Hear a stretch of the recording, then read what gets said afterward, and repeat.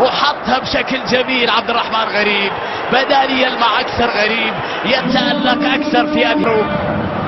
ميدران غير اتجاه اللاعب في جهة اليمين، صار سعد الناصر جهة محمد الغامدي الباحث عن كرة عرضية خطيرة وعرضية جميلة ولا أجمل في الغامدي، بعد ذلك عرضية ولا أروع بدون أي متابعة، بعيد في اللقطة الماضية الدفاع النصراوي الوحدة وحطها برومي نيران.